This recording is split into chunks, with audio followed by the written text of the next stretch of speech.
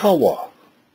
Me mohio koe ki te kawa o tōu marae.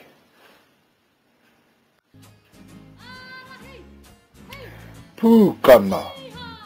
Ka pūkana mai ngā tangata e haka ana.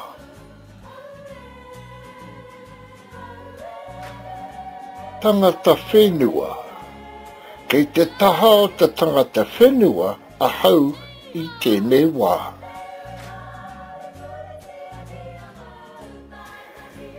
Hariru. Hariru tia. Kāore tātou e hariru ka hongi ki. A muri i ngā kōrero ka hariru ka hongi ngā ropu e rua.